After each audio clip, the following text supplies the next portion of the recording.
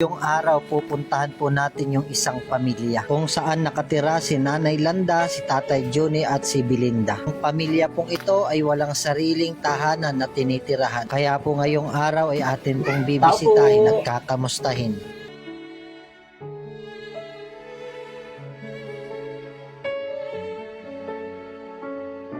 Nakikitira lamang po sila po dito at wala po silang sariling bahay. Kamusta naman po kayo? Ayos lang po. Kaso lang po, naghihirap kami po. Naghihirap po kayo. Opo, Wala kaming tirahan, wala kaming Wala- sariling bahay. wala kayong tirahan, wala kayong sariling bahay. O nakikisulo lang po. Nakikitira lamang po kayo. Guys, ngayong araw, pupunta po kami kay Tatay Juni, kay Nanay Landa, kay Ate Belinda. Kasama ko si Kuya Tano at meron kaming ibibigay, no. Dahil ngayong araw po ang lilipat ko nila.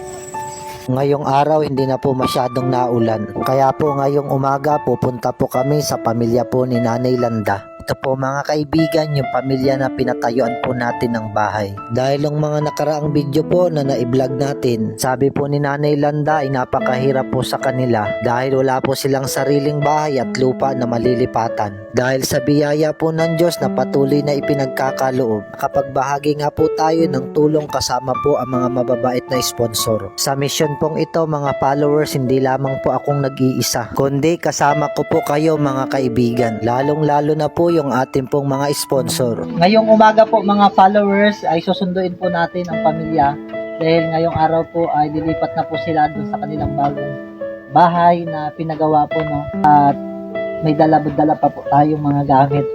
Nangarap po ang pamilya pong ito ng bahay at lupa na matitirahan. Hindi po nila inasahan na bibigyan po sila ng Diyos ng sariling bahay at lupa. Kaya nga po sa oras pong ito susunduin na po natin ang pamilya ni Nanay Landa. Dahil sa araw pong ito ihatid po natin siya sa munting tahanan na pinagawa po para sa kanila. Narito po tayo ngayon sa pamilya po ni Nanay Landa.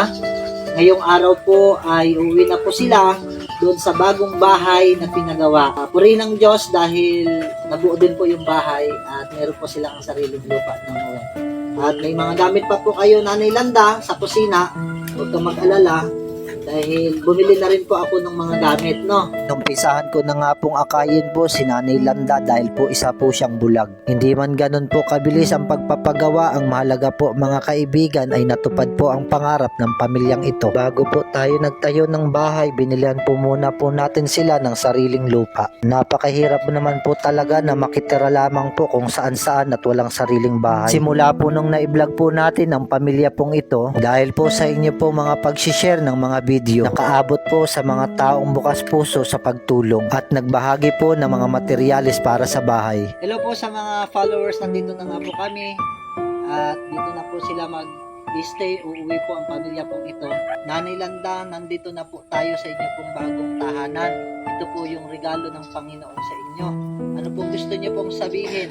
Salamat po. Ako'y nagpapasalamat sa nagtulong sa amin at kami makalipat na sa aming bahay. Nagpapasalamat po sa nagbigay at pagpalain po kayo ng Panginoon. Meron na po itong yero mga followers, pati yung kanilang kusina, no? Kaya maraming salamat po sa mga taong naging bahagi po ng pagtulong para mabuo po ito at mabigyan po sila ng tahanan. Tingnan nyo po mga followers, ito po yung magiging kwarto po nila. Malamig po, maganda. Ang sahig po nito ay kawayan.